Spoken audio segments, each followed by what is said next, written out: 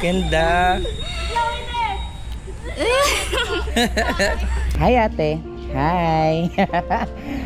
Okay lang abalahin kayo, mga 5 minutes lang. Okay lang. Pwede ba kitang picturean? Okay lang, di ba ako nakakabala? Ano pangalan mo ba sa? Ano po, Eunice pa. Eunice. Si Eunice ay ilang taon na? Ano po, 16 years. 16. Tapos taga saan ka bansa? Barangay. Ay, Rosario. Rosario. Dito din yan sa Gumaka. May experience ka na ba sa pagpipictorial, mga ganun? Pero okay lang, hindi ba ako nakakabala sa inyo? Sige, sige, sige.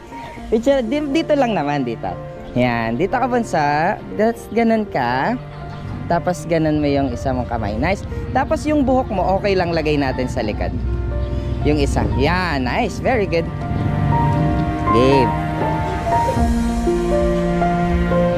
Nice. Tapos yung buhok, tingin ka lang doon. Tapos buhok mo bunso dito, lagay mo sa likod. One more. Yung isang kamay mo. Tingin ka dito bunsaan. Ganda.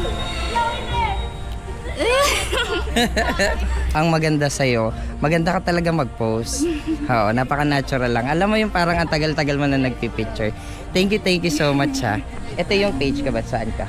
Parang nakikita ko yan ko. Nakikita mo? Ito. Sa edad mo ngayon, ano yung pinakamalaking challenge na na-encounter mo at paano mo yun na-overcome? Parang sa mental health. Pero, ang ano ko na lang dun ay, parang nag-pray na lang ako kay God na tulungan ako para maano yung pag-serve.